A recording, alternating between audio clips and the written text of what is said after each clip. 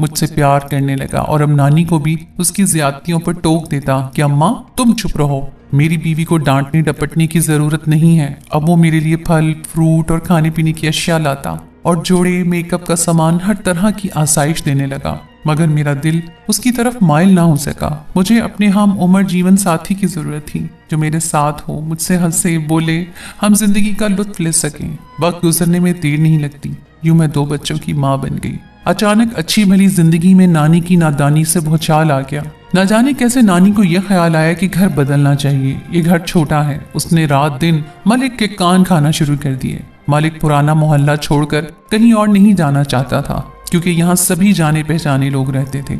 नई जगह का पता नहीं होता कि वहाँ किस किस्म की आबादी है। आखिर वो दीवार खड़ी हो गई, जिसको मुझे बाद में फेंक कर बच्चों की बर्बादी को आवाज देनी पड़ी। मेरे शौहर ने नानी के कहने पर दूसरी जगह किराए का मकान ले लिया। हम मकान में मुंतकिल हो गए, मगर ये तब्दीली सख्त नुकसानदेह साबित हुई। जिस मकान में हम शिफ्ट हुए, उसका एक हिस्सा मालिक मकान के पास था, जिसमें उसका जवान साल बेटा रहता था। उसका कमरा बालाई मंजिल पर था और खिड़की से हमारे सहन का मंजर साफ नजर आता था। मुझको देखकर वो हैरान हो गया, क्योंकि मैं बहुत खूबसूरत थी। 2 बच्चों की माँ होकर भी एक दोशीज़ा नजर आती थी। मुझे कोई न कह सकता था कि ये शादीशुदा और 2 बच्चों की माँ है।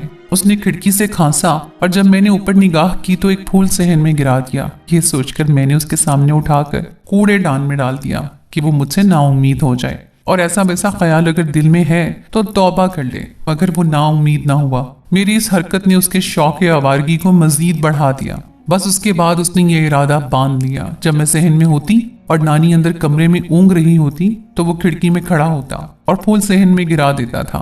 मैं भी इंसान थी, आखिर कब तक दामन बचाती। अब वो जिस रोज नजर ना आता, निगाह उसको तलाश करने लगती थी। जिंदगी में कोई बड़ी कमी महसूस होती, ना चाहते हुए भी मैं उसके ख्यालों में रहती।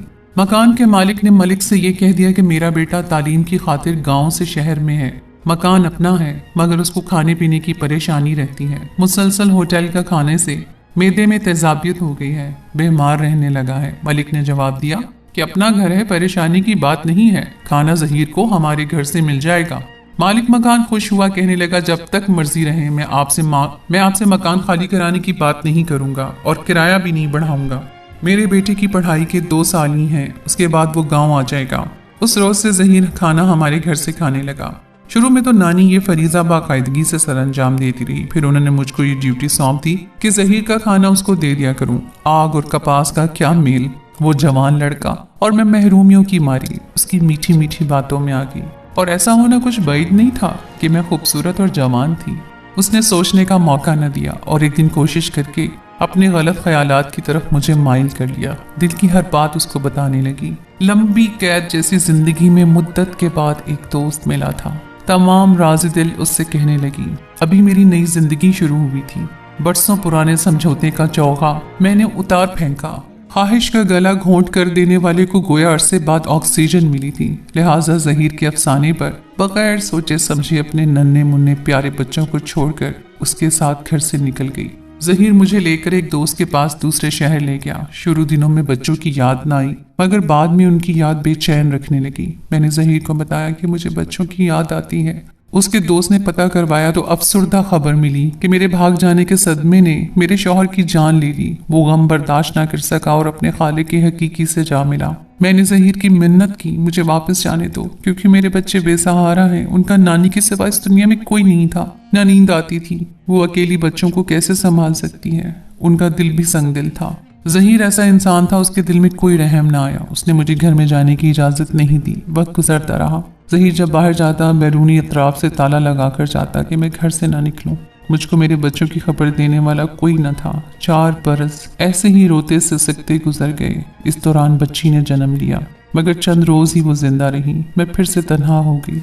अब उठते बैठते जागते सोते हर दम यही दुआ लबों पर होती, ऐ अल्लाह मुझको मेरे बच्चों से मिला दे, ऐ अल्लाह मुझको मेरे बच्चों से मिला दे। जो दुआ दिल से निकली हो कभी न कभी कबूल हो जाती है। एक दिन ज़हीर अपने वालिद से गाड़ी मांग कर लाया और कहा कि चलो तुमको सैर करवाऊं। तुम बहुत उदास और रंजीदा रहने लगी हो। न जाने उसके दिल में कैसे मुझको सैर कराने का ख्याल आ गया। मैं भी लम्हा भर उठी, उस 4 दीवारी से बाहर की दुनिया देखी। मुद्दत गुजर चुकी थी। वो मुझे उस शहर लाया जहाँ मेरी नानी का घर था, जहाँ मलिक का घर था, जिस शहर में मेरे बच्चे रहते थे। वो बाजार से गुजर रहे थे और मैं सोच रही थी कि काश ऐसा मुआवजा हो जाए और मैं अपने बच्चों की एक झलक देख सकूं। इस सोच में खोई हुई थी।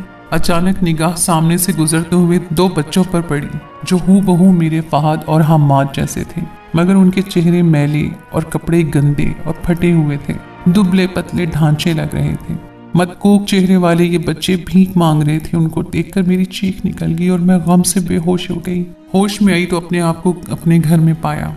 ज़हीर मुझ बेहोश को घर में बिस्तर पर लिटाकर और बैरूनी दरवाजे को ताला लगाकर न जाने कहाँ चला गया था। तभी मैं उठी, दीवारों से सर टकराने लगी। मेरी चीखें पड़ोस में गईं तो उन्होंने दीवार के साथ सीढ़ी लगाई और पूछा क्या हुआ है। मैंने रो रो कर कहा खुदा के लिए मुझे यहाँ से निकालो, मैं अपने बच्चों को देखना चाहती हूँ, मुझे यहाँ से निकालो। तो कहाँ जाओगी? पड़ोसी के दबाव पर ज़हीर मुझे मेरे साहब का घर ले गया जहाँ ताला लगा हुआ था। नानी के घर भी ताला था। पड़ोसियों ने बताया कि तुम्हारी नानी का इंतकाल हो गया तो कुछ दिन हमने तुम्हारे बच्चों को संभाला। एक दिन वो घर से बताए बगैर निकले और फिर दोबारा वापस ना आए। हमने बहुत ढूंढा लेकिन वो कहीं नहीं मिले, न जाने किधर चले गए। इस वाक़े को कई बरस गुजर गए हैं मगर वो मंजर नहीं भूल पाती जब मैंने अपने जिगर के टुकड़ों को सड़क पर भीख मांगते देखा था। न जाने उन पर क्या गुजरी होगी, किस हाल में है। ज़हीर को इस मामले से कोई दिलचस्पी न थी कि मेरे बच्चे मुझे मिले या ना मिले। उसको उन यतीमों से क्या गर्ज जिनका बाप मर गया हो, माँ भी खो गई हो।